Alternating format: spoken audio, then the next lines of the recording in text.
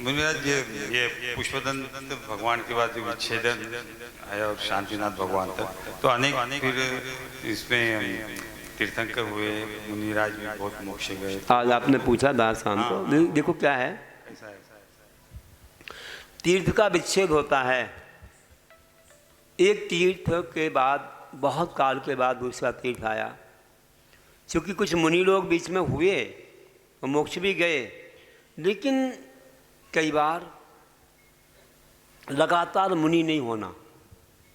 गुरु महाराज जी कहा करते थे कि भगवान महावीर से लेकर के अभी तक, और ये विद्वानों का मत भी है, कि भारत में अभी तक मुनियों से रहित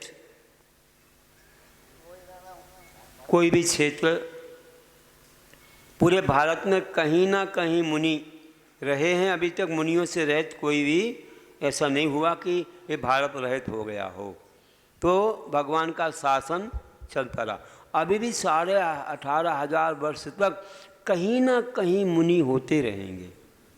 इसका नाम तीर्थ है।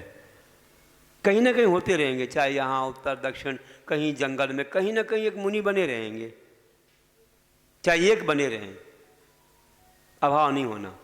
तो जहाँ मुनियों का अभाव हो जाता है, एक भी मुनिराज नहीं, तो तीर्थ का विच्छेद हो गया। तीर्थ चलता है नग्न दिगंबर मुद्रा से, हाँ वो गैप हो गया बीच में, इसलिए वो तीर्थ का विच्छेद हो गया। अभी पंचम का अभी चल रहा है भगवान महावीर का तीर्थ। अंतिम वीरांगज मुनि तक चलेगा, बस छठवें काल के थोड़े काल पहले तक चलेगा, उसके बाद अंत। तो ये जो चल रही है धारा मुनि होने की, यही थी। हाँ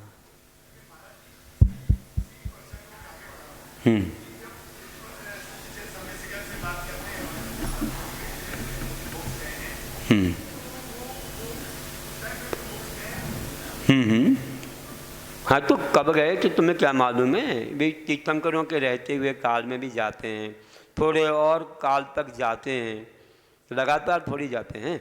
बीच में तीर्थ का विच्छेद हो गया, मुनिराज नहीं रहे तो नहीं गए। अब संख्या तो बता दी बाद में, तीर्थंकरों ने कितने गए हैं मोक्ष, कितने मोक्ष गए हैं, से तो पूरी संख्या, जो संपूर्ण संख्या वो बताई गई है कि इनके तीर्थ में इतने गए।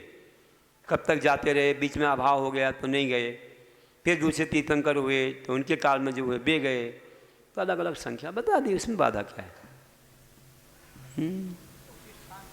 हाँ, उस स्थान से गए हैं। नमोस्तु आचार्य।